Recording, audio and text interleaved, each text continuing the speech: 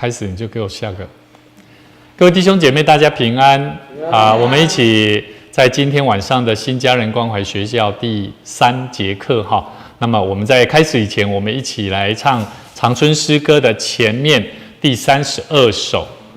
不免惊，只着信。在咱的生活中，咱拢爱常常唔免惊去做传福音的工课。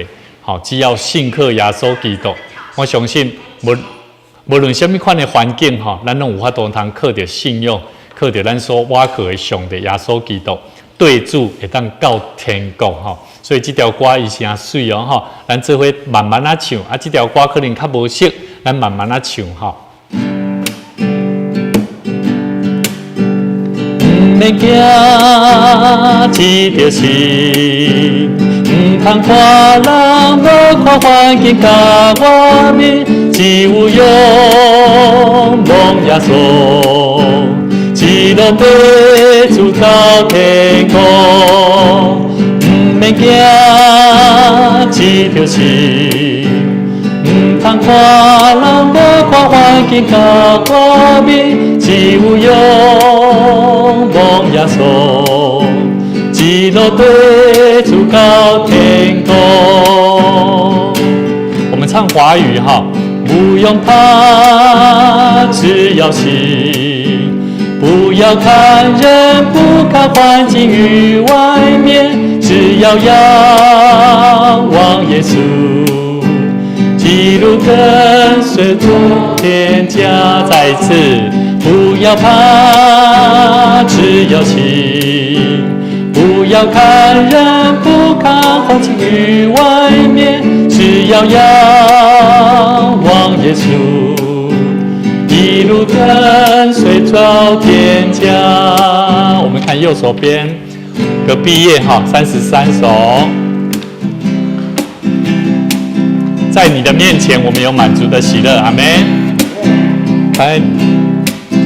在你面前有满足，满就会欢喜；在你面前有满足，满就会欢喜；在你面前有满足，满就会欢喜；在你的正手有永远的快乐；在你面前有满足，满就会欢喜；在你面前有满足，满就会欢喜；在你面前有满足，满就会欢喜；在你的正手有永远的快乐。在你面前有满足，满就会欢喜；在你面前有满足，满就会欢喜；在你面前有满足，满就会欢喜；在你的正手有永远的快乐。咱这位来祈祷，主阮的上帝，阮伫你面前，阮要有满足的欢喜甲快乐，是因为你有将救恩常常放伫阮逐人的生命中间。虽然这个世代，虽然阮所拄着的环境，虽然阮伫徛起伫教会，无论服侍甲参与伫人物助力的道路顶面，我们都需要神赐给我们更多丰盛的恩典与智慧，让我们时常在享受生活里面，时时与主你做美好的连结，让我们一起在福音的功课上做美好的工作。我们相信，阮的生命、阮的生活、阮的生命，拢会当活出属伫上帝你所欢喜的生命。愿上帝你赐予阮，也搁一摆组织阮做伙来学习新家人的学校关怀学校的工作。阮相信福音的工作需要侪人做伙来学习参与伫收割增加的工作。求上帝你赐予阮有气力，赐予阮有信心，赐予阮有使命甲气力的工作，互阮会当定调迄个应允，常常伫祈祷中来仰望上帝。愿上帝你赐予阮，将阮下面的时间恭敬交托上帝，同心祈祷，靠主耶稣的名来求，阿们。好，大家平安。这个礼拜这几天过得好吗？很好，感谢主。当我们要去关怀人的时候啊，特别是我们要去关怀人，其实人家第一个会先会先看我们。人爱家先来看一下，看你有忙无？了解我的意思吧？好啊，所以这嘛是牧师常常啊，牧师时常在挑战自己。我时常在告诉自己，有些时候繁忙忙碌，为了家庭、为了孩子、为了工作的时候，很多时候，当我们遇到有一个福音的对象来到你的面前的时候，哈，那你怎么样在当下，你可能很累、很疲惫的时候，再重新燃起那个火花，继续服侍神，哈。所以我知道大家都很辛苦，为了生活、为了工作、为了家庭在忙碌。可是当我们一起回到上帝的面前，我们要知道我们是为主而活的生命，哈。好，所以跟你旁边的人说加油，我们一起努力，哈。加油哦，加油哈，打起精神哈，打起精神了哈。那首先牧师也在这边哈，非常欢迎每一位在观看我们直播大桥教会的这个新家人关怀学校的直播的每一位弟兄姐妹。那也期盼我们一起在学习关怀我们家人，甚至关怀我们的朋友，在还没有认识这个福音当中，我们透过这个课程能够帮助我们挑战我们的生命，能够更多的认识、了解怎么去做传福音的工作。好，那我们今天呢，我们要来看今天的段落是第11页的下面哈。好，我们在上的课程是新家人关怀学校的这一本教材，这个是金圣坤牧师由道生出版社所出的这一本门徒训练教材。那么我们今天一起来看第11页的下半部哈。圣经当中的新家人关怀同工的典范哦，其实我们基督徒要来认识这个典范哈，我们来认识这个叫巴拿巴。好，那谁是巴拿巴？好，谁是巴拿巴？我们一起来看《使徒行传》第4章。好，《使徒行传》第4章的第36节到37节。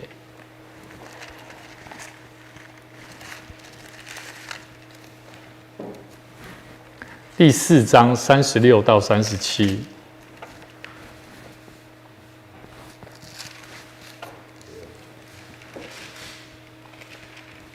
好，谁是巴拿巴？巴拿巴是谁？好，圣经里面讲得非常清楚，他是利未人，生在塞浦路斯，名叫约瑟，使徒称他为巴拿巴，翻译出来的叫做劝慰子。好，劝慰子。好，那他有田地也卖了，把价银拿来放在使徒脚前。好，我们从这个圣经里面的根据来稍微认识一下巴拿巴，他就是一个劝慰子。那么我们再来继续看一下哈，使徒行传，他在讲到这个巴拿巴，为什么巴拿巴他竟然是一个家人关怀的一个同工的典范？那他跟谁同工？你们知道他跟谁同工？为什么他那么重要？刚刚有人有讲到，没关系，大声讲，讲错也没关系啊。谁？不是彼得，保罗。好，波勒。好，那我们一起来看一下哈。使徒行传的第22章3到4节。我们先认识一下保罗。好，22章3到4节。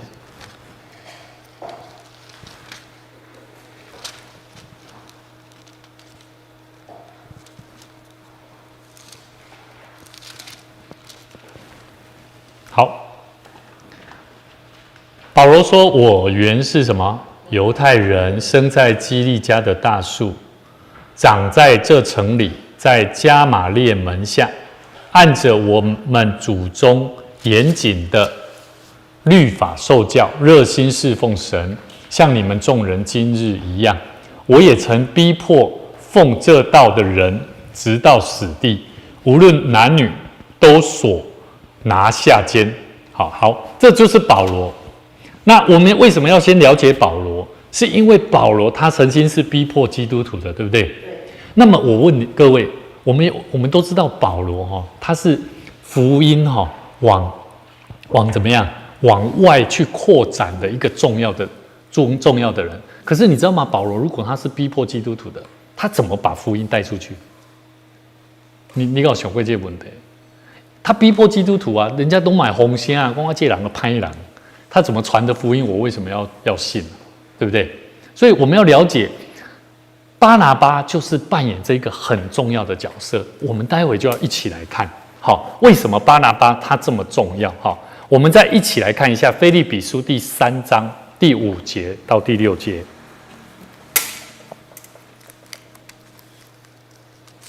腓立比书第3章第5节到第6节，哈。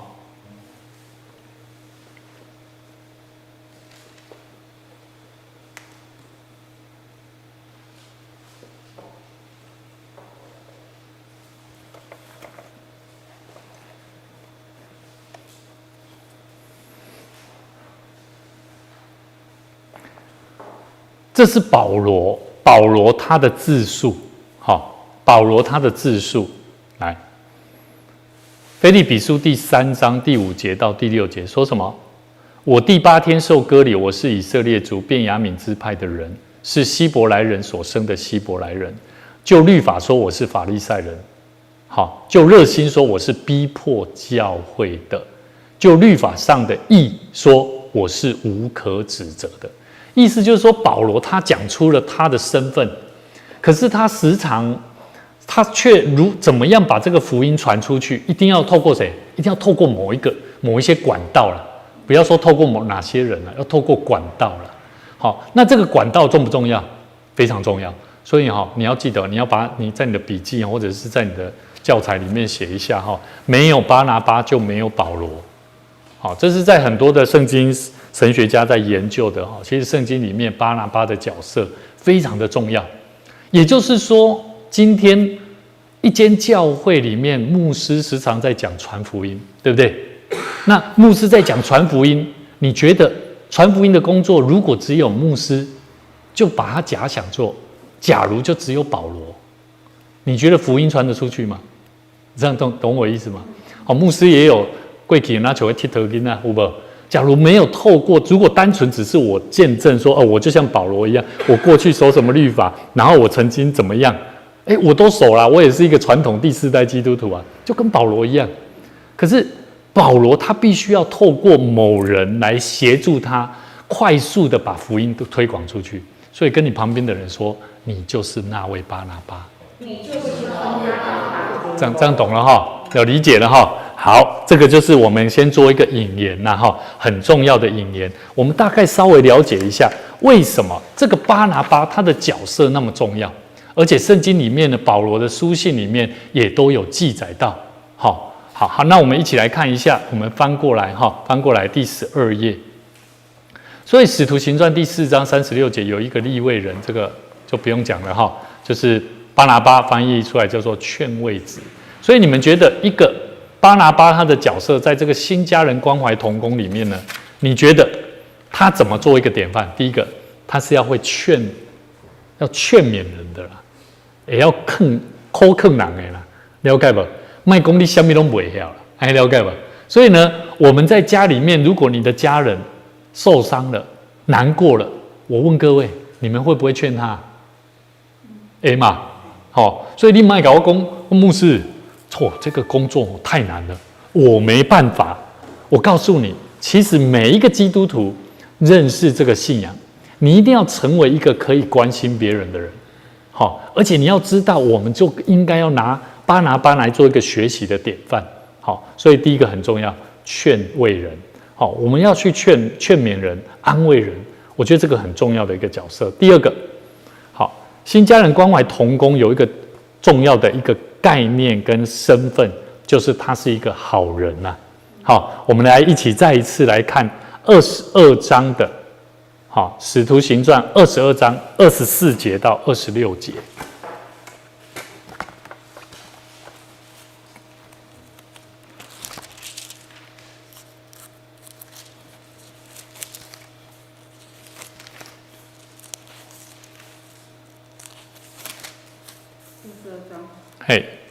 24到26。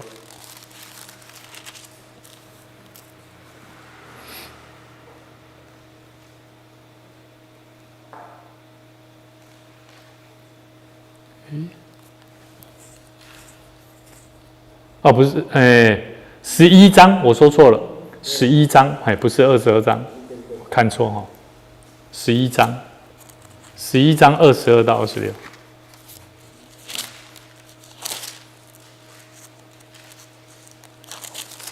刚看了一下，我觉得怪怪的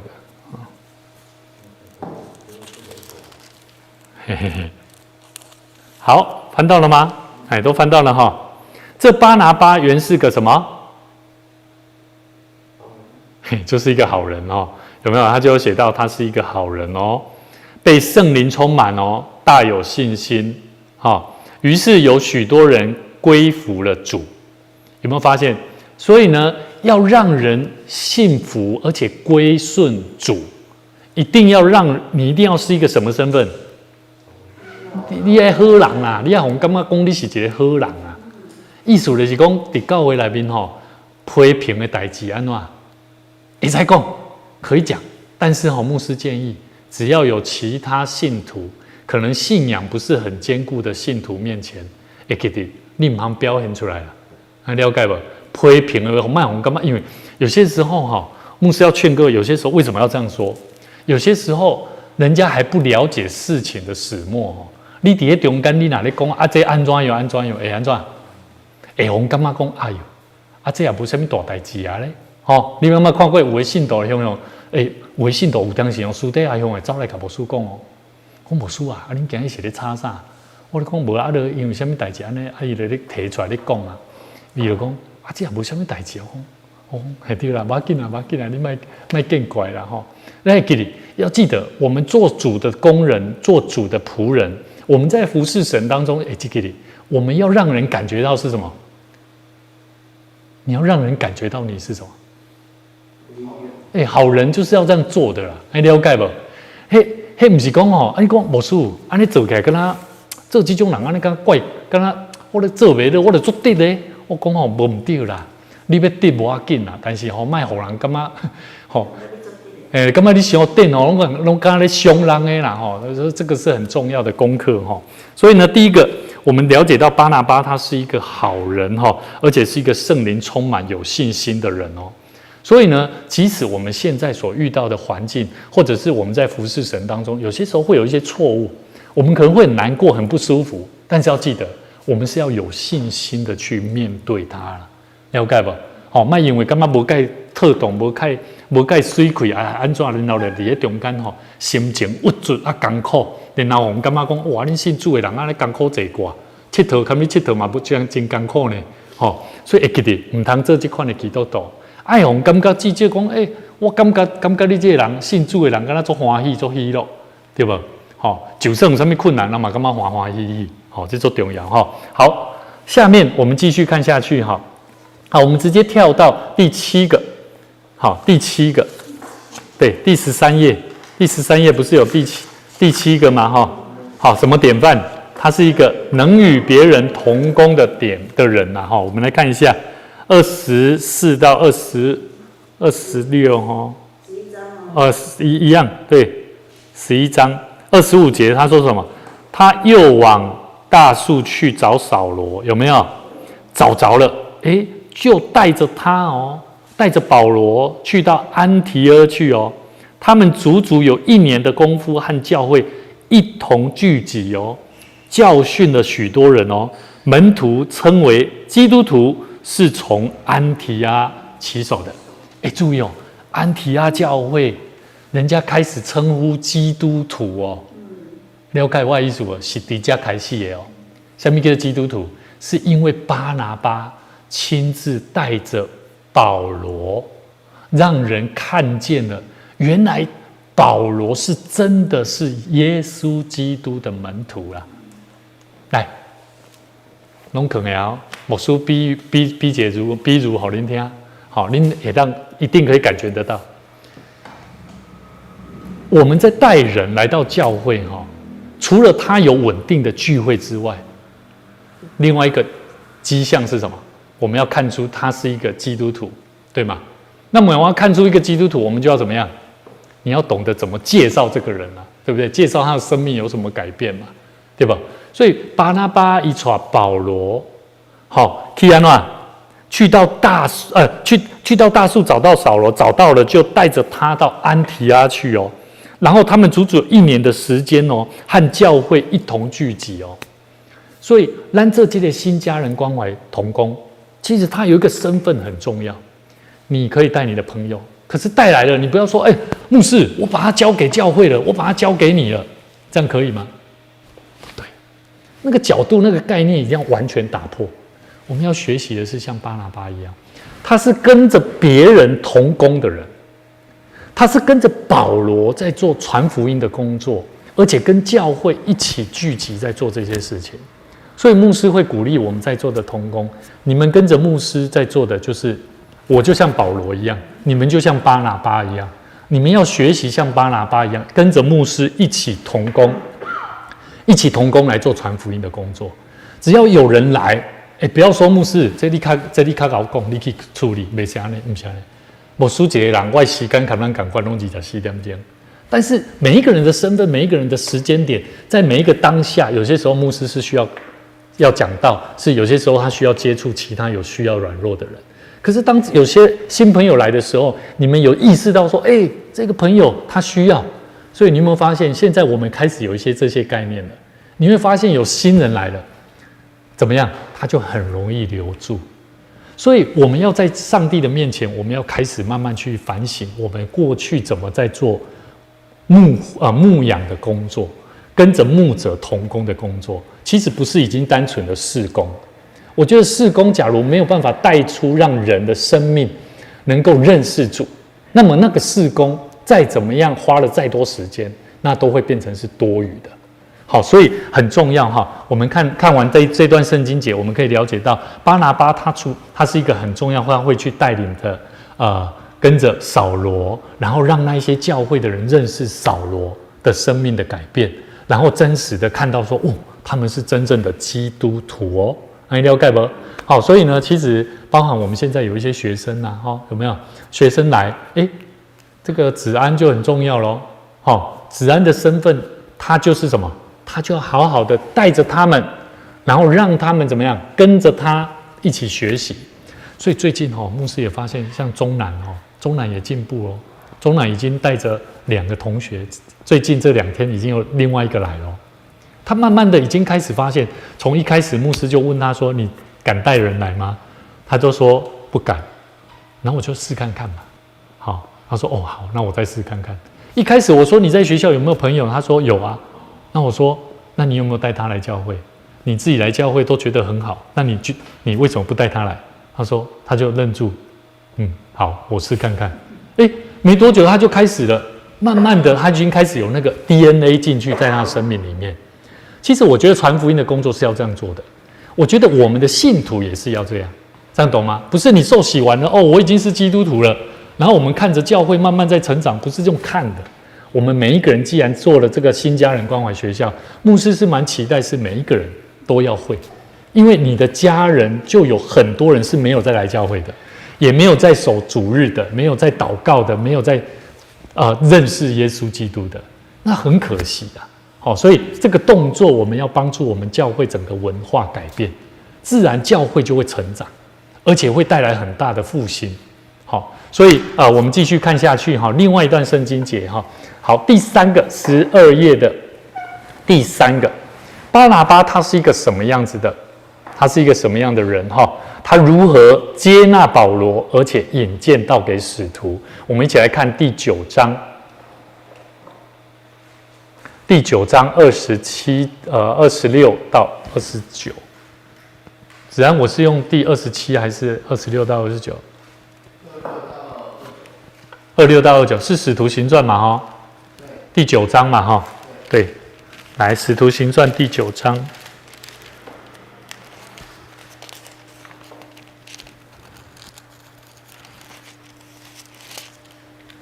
其实以前牧师在看这个保罗的书信就像我们同工讲的真的不容易看，感觉好像他又去到哪里，又做了什么事。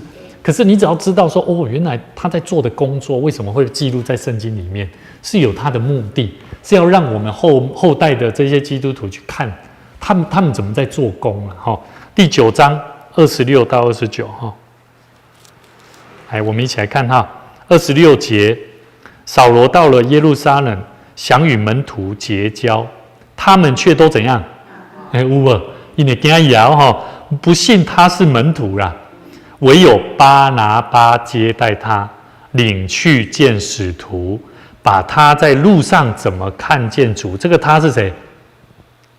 这个他把他这个他是保罗，把保罗在路上怎么看见主的，主怎么向保罗说话，他在大马士革怎么奉耶稣的名放胆传道，都述说出来。巴拿巴他就是跟这些使徒说这些事情啊，讲哦，耶稣名就是安尼改变啊，恁根本不相信伊是主的门徒吗？你了解我的意思吗？所以有当时有些时候我们在的确啦，有些时候同工也会问牧师说，牧师那个他受洗了可是他好像没有生命改变对，的确有些时候牧师也做了一些检视，发现说如果我们要帮人家受洗施洗真的有些话语一定要做检视啊，不是单纯说教会又有一个人要受洗了，赶快写一些资料，然后就办一下受洗的这个仪式，不是。我觉得重要是看这个人的生命是否真的有改变，而且我现在是很明确的你要洗礼我一定给你问做清楚你的生命有没有改变，而且你要做见证。你不做见证，我觉得 no， 你的生命没有感触嘛，对不对？你没有感触这个信仰，我还宁可让你当一个单纯的这个聚会者就好了，聚会的人。可是如果他已经来到教会，他也有固定的聚会生活，然后他也很喜欢跟人家分享，那么我们就会问他：你相信耶稣基督做你生命的救主吗？对不对？你看牧师在做这个，不管是移会籍的，或者是做受洗的人，他们都要做一个，你有相信耶稣基督做你生命的救主，这一点要跟问一拜。即便他是要移会籍的人，我还是会再问一次，要让他在众人的面前宣告，我是这样的人。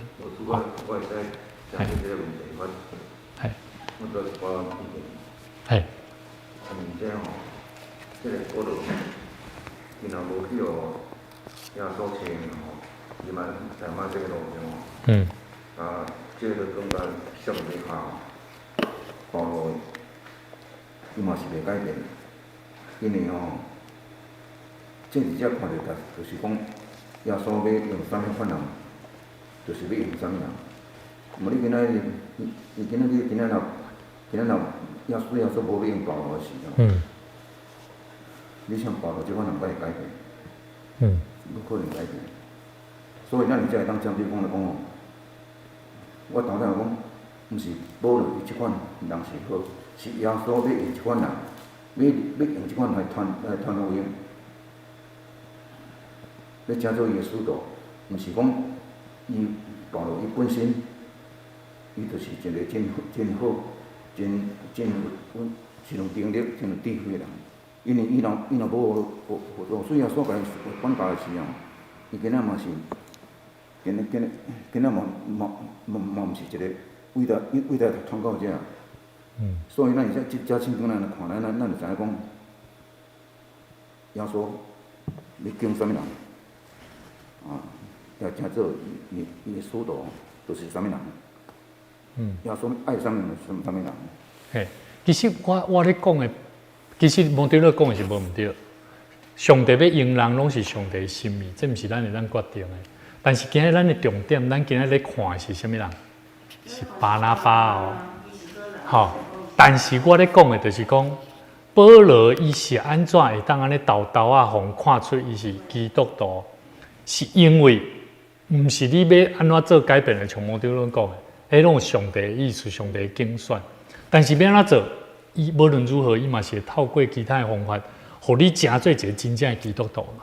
所以我是感觉讲，当然啦，这就是上帝互保罗的经验，咱无法当去做什么款的批评还是评估。但是我是认为说，其实上帝真的透过巴拿巴来帮助接纳了保罗。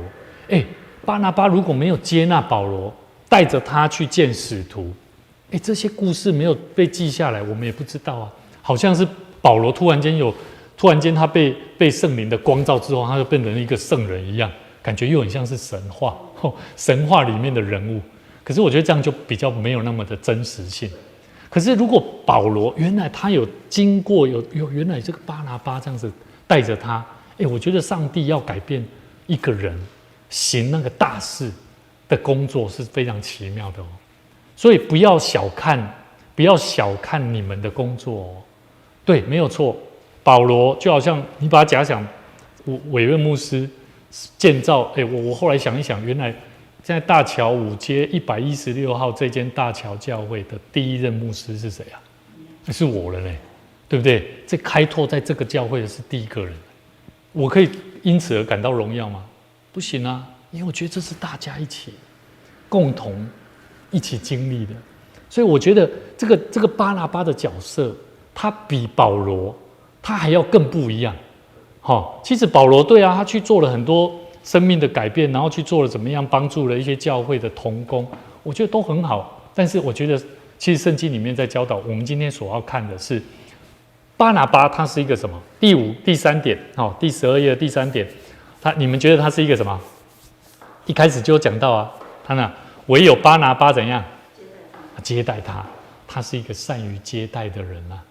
所以教会里面交台有重要不？接待人太重要了。教会如果在接待人上面没有用心我跟你讲，如果只是在那边礼拜多么用心然后多么神圣，多么敬虔，我觉得那都没有办法让人感到有爱真的，那都是形式上的啦。所以牧师很鼓励各位假如你有机会可以站在1楼，跟着这些招待同工一起参与在接待的话，我觉得你要学习怎么让人看到你，感受到那一种我就是做爱看到你的一种感受，不容易呢，真的不容易耶。所以那个牧师每一次只要接待到那种新朋友来的时候，我就已经开始在想我要讲什么话，然后我不能讲太多。以前我还会讲太多，然后现在我要慢慢去修，然后甚至修到最后，我会让他感觉到那一种宾至如归。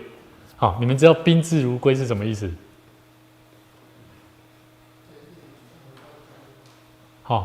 好像回到家里面一样，然后让他感受到宾至如归，没有陌生感，所以这个很重要。好，然后第3点，我觉得里面还有一个重点，你要写下来，就是他是首先接纳保罗，引荐给使徒的人这个动作重不重要？假设教会里面有很多使徒，注意我再讲一次，教会里面有很多使徒，有很多信徒，对不对？那我们做这个新家人关怀，学习巴拿巴，就是要把外面不认识的人怎么样带到教会去认识教会的牧者，认识长老。你有没有发现牧师都会做什么动作？您讲看看你有在注意吗？牧师弄来啦，牧师弄会讲啥？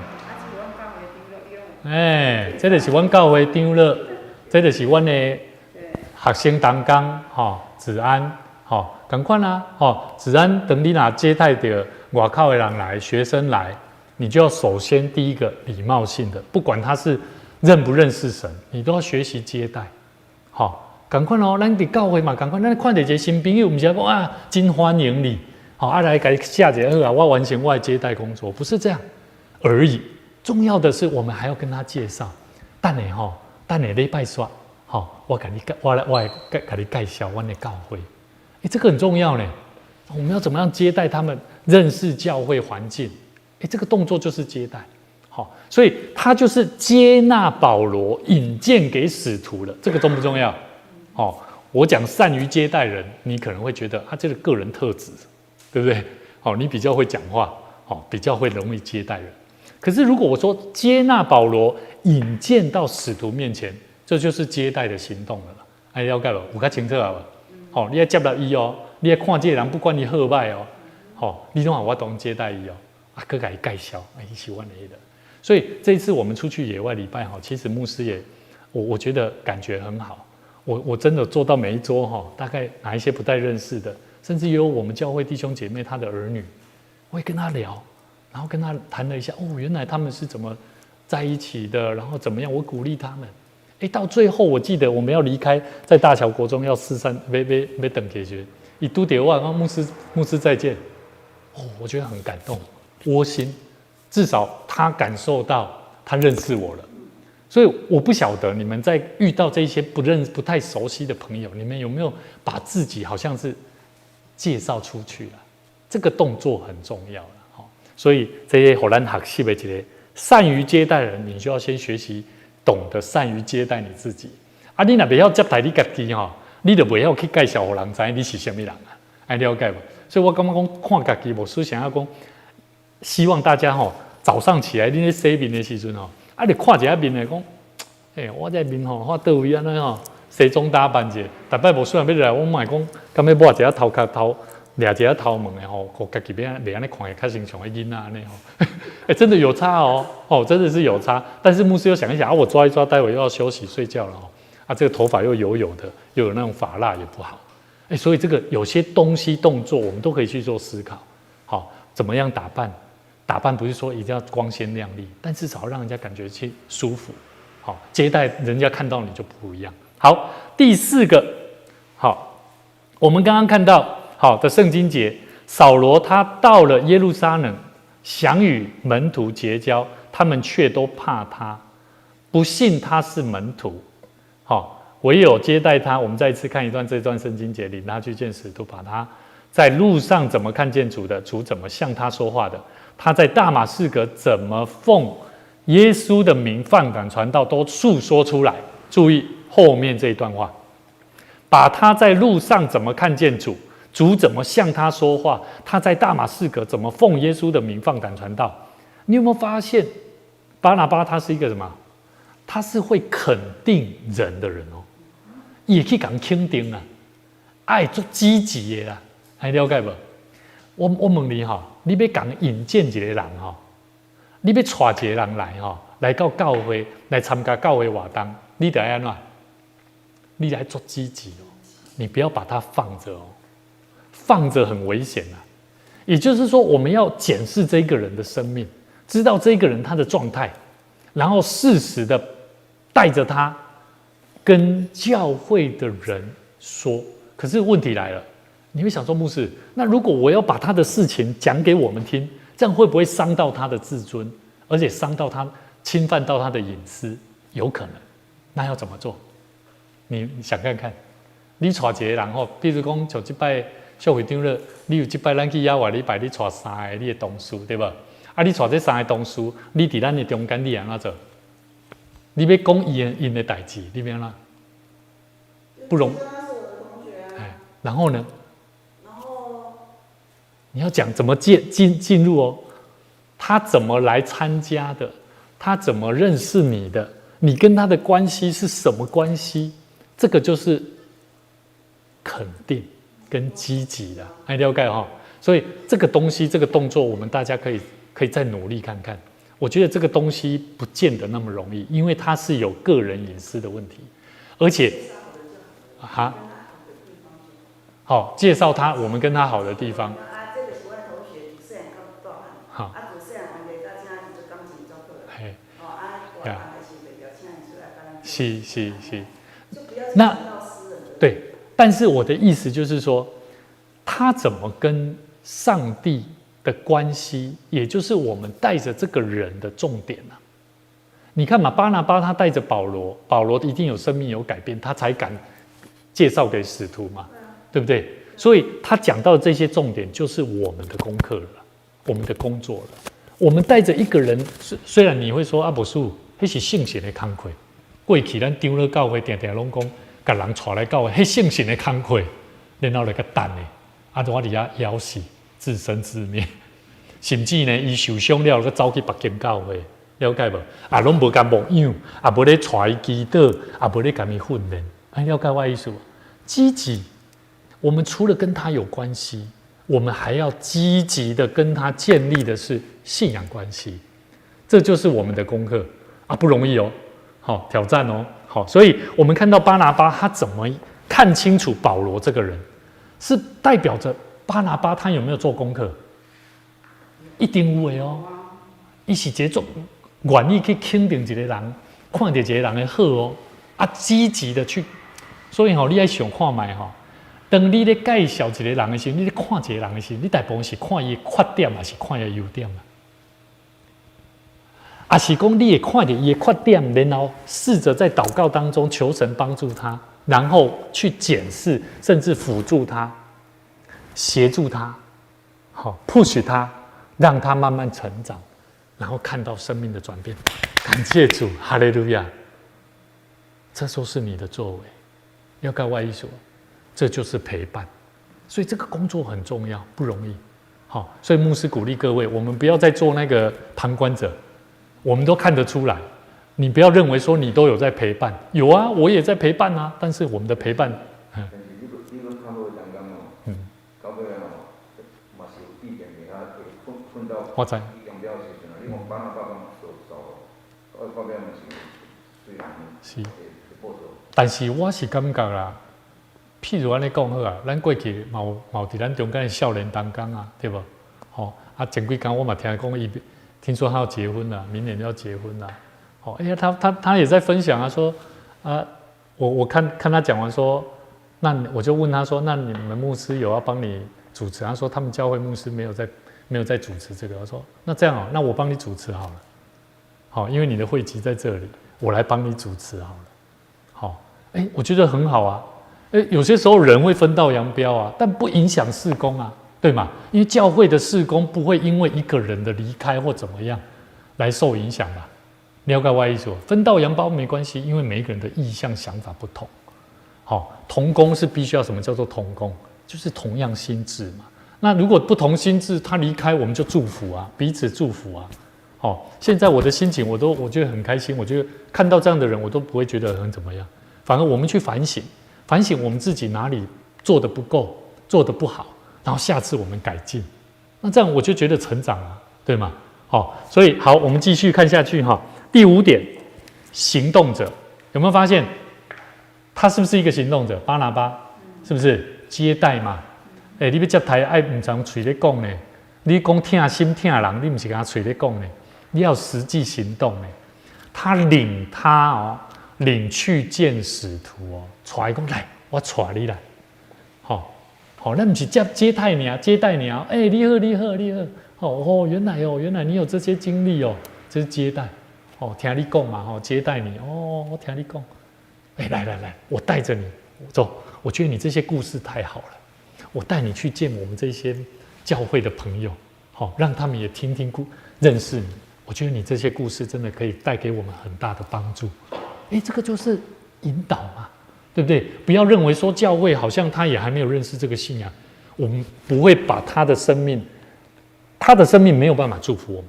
我觉得不是这样，不是只有他认识了这个信仰，他的生命才可以祝福我们，而是每一个只要开始走进教会开始，你就要看见这个人身上他是上帝所创造的，他是要来祝福我们的。你知道刚刚牧师有讲到那一位姐妹。哦，我觉得这就是上帝的祝福呢。前阵子我们不是说小朋友，我们年轻朋友，我们没有老师，没有一个正规的老师可以来学习，来帮助这些年轻人。我现在就已经在思考了。我之前我就跟上帝祷告，上帝啊，我们需要这样的同工，我们人力不足，我们资源缺乏，求你为我们预备。感谢主，所以我听到消息的时候，我 shock。我觉得上帝啊，这么奇妙，而且不是我们出去找嘞，是他自己就来了。你看这阵子不都是这样吗？都是自己来的啊。可是我们的预备工作，就是我们现在要赶快把我们的观念重新做改变。我觉得我们的教会就会完全文化就会不一样 ，DNA 就不一样了。好，我们继续看下去。第6个，好，第4章36节。有一个利未人生在塞浦路斯，名叫约瑟，使徒称他为巴拿巴。来，他是什么的人？你可以写安慰人的人啊。好，一周要讲安慰的啦。好，我们学习啦。好，把那些批评转化为叫做建议。好，来，你讲，来，咱这位讲哈，我要学习将批评换做建议，了解无？譬如安尼讲，我看待这项代志，讲，小张乐，这项代志吼，足麻烦的。后摆咱莫去做这个代志。我是毋是咧讲这项代志安怎样？后摆咱莫安怎，对无？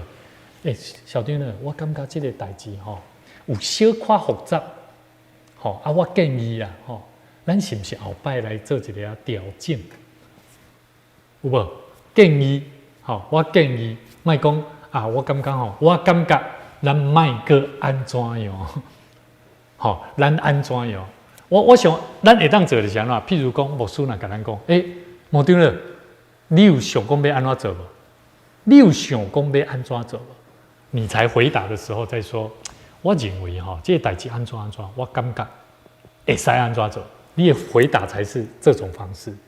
这是一个艺术讲话的艺术你怎么让人觉得说你讲话不是太过于主观、太过于直接，而让我没办法接受？所以我时常咧跟牧师妈咧沟通，我拢咧讲这种，无容易，到即摆嘛是还佫无解。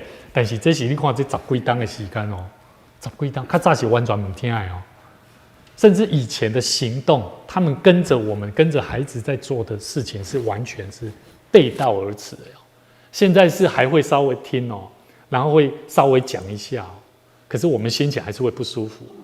你看那要多久的时间所以其实我觉得这真的是讲话是需要学习但是我觉得教会里面我们也要学习做一个安慰人的人。其实安慰人真的很重要，他来找你绝对不是要听你给他什么怎么做了。说真的，他只是希望你得到你的安慰。他鼓励了，他就会问你无长了，你感觉我会使安怎做？你等伊安尼跟你讲的时阵，你开始讲了，了解吧？你知道，当他跟你讲这些话之前，你知道你已经花了一段时间听他说话，这叫做倾听。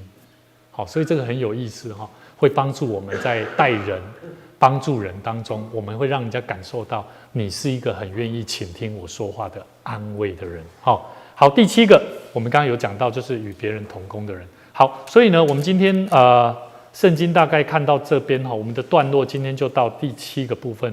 巴拿巴他是一个好人，善于接待的人。怎么接待？我们要懂得接纳，先学习接纳一个人，然后带着他去到教会。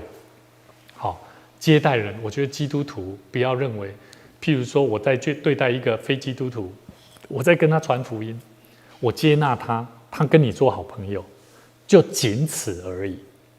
注意如果只有接纳这个人，可是你没有带着他一起来，那就会很可惜，就顶多到了你跟他的关系。哪一天我们跟上帝交账的时候，上帝会问说：你有为我做团后因的工作？有啊，我有去团啊。我你带伊去倒啊？我带伊要搁伫外口咧说，了解无？迄就无共咱跟人建立关系，咱就爱甲伊安那带入来，常常关心伊，为伊祈祷。你有啥物需要？我为你祈祷，上帝互你带来改变。像这摆新天兄，我也相信可能新天兄也在观看。我觉得新天兄他的生命也就是这样。他经历到、认识到，那个上帝真的很奇妙的工作，很短的时间，可是却能够让他明白。所以其实引导的工作很重要。所以牧师鼓励大家，我们在小组里面，我们多费点心思，把握住每一次。我们也可以把每一次我们的这个新家人关怀学校的内容，把它内化几个重点，然后带到你的小组里面去分享。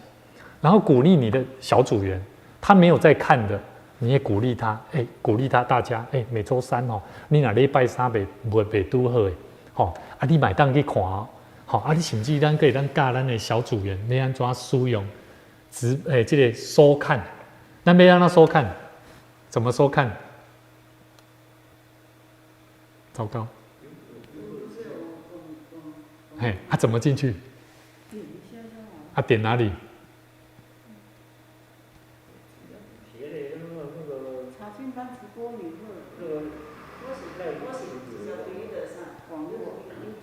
免那你 YouTube， 其实大部分咱的会友因要入去 YouTube， 要入去脸书，因拢唔知咩入。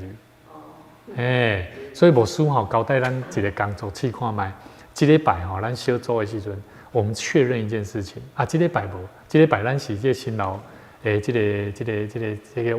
个医学讲座，好，下个礼拜也是最后一周，我们会做检讨会。那我觉得可以鼓励啦，在小组里面说，请问大家有没有不知道怎么进去我们教会影片的？好，阿姨俩不方便讲你私赖给你，那我们就是下一次见面的时候，我们可以教他，甚至带着他实际操作。我简单你跟恁讲，就简单的，所有手机啊，就是摕手报，然后拍开相机，然后扫描迄个 QR code， 啊，点一下就入去啊。哦，安尼啦吼。OK。咱来管得清楚哦，有一人一定爱教育。是。你即摆有一人传一个错误资料是对不对？伊即个人，另外一人要搁传过时哦，伊无去看面顶遮资料，伊是看爱看啦，总甲迄个头前迄错误资料砍过是，真正你后壁练着，所以咱咧看人哦。拢是无来看，差不多你感觉传递你啥物件，有时啊无时间人去看头前来看物件，甚至啊咱为传即个物件做伙资料传又无看，伊我若得到迄个资料，我若甲你传入去，安尼我就知讲哦，伊头前遐无看，无看着，无看，我若照了传来看即个你看人咧看，你亲自咧看人哦，你讲是安怎？伊那我袂传，你敢若其实嘛是不要紧啦，哈，就是说，假如你在 LINE 里面那个动作叫做洗版啦，哈，被洗版，其实不用太在意啦。其实我觉得啦，哈，只要不是很重要的讯息，大家都是用记事本啦，我们要有这个概念。那至于在 LINE 里面哦，只要你被洗版了，你也不要太在意，发布讯息的人不要太在意，好，你就记得 LINE 它只不过是一个传递资讯的媒介。但是不要把它放得太重，譬如讲我这样传出去，哎呦我看迄已读，明明才30-40个人，但是较当啊1-2个啊，连伊下底的人佫甲我洗版去，你还咧我做艰苦，无必要啦。迄种物件就是安尼尔啦，吼，任何的东西，迄拢会有这个情形。我一个问题哦，嘿，一人传对不对？我随传你吼，传这个资料。去哦，咱们传讯咧把水搞面，你咁样，好，无紧，咱等下下过来，好，咱等下下过来讲吼，咱先做一个结束吼。我们一起同心来祷告。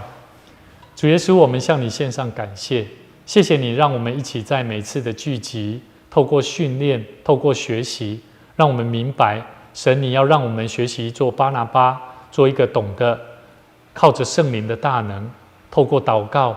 透过经历，透过学习接纳别人，能够带领人来认识主。我们相信，我们做传福音的工作，我们都能够在这些事情上面能够做好我们的本分。求主你让我们从今天所观看的圣经节，也让我们学习怎么样扮演一个好的关怀者，带领人来认识主耶稣的福音。我们相信，我们的生命得着救恩，是因为我们是罪人。但因为透过耶稣基督宝贵的宝血来洗净我们的罪，让我们成为圣洁的人，来学习来服侍主。愿主你带领我们，让我们有一粒听主你的心，常常将主耶稣救人的福音常常放在我们的心内，会晓去帮助人，会晓去疼惜每一个在我们身躯边治未遂的人。我相信，当我们疼在治未遂的人，我们就是疼在耶稣基督的心上。主啊，愿上帝你赐福我们，带领你的教会，特别我们要为着阮所疼惜的满足者来恳求祈祷。虽然伫伊准备要接受心脏的手术，总是我嘛知伫伊心内有侪侪艰苦甲需要，求上帝你亲自甲伊补足，亲自来甲伊陪伴，手术互伊有气力，伫即摆的手术的中间来顺利完成，嘛互伊伫咧接受这个手术的过程的中间，需要真侪需要的资源，恳求上帝你亲自甲伊陪伴。主，愿上帝你听阮的祈祷，阮相信，阮伫祈祷中，上帝你拢要听，你也要甲阮安排水的脚步。主，阮搁一摆献上阮的祈祷，靠主耶稣的名来求，阿门。好，牧长，你头拄讲。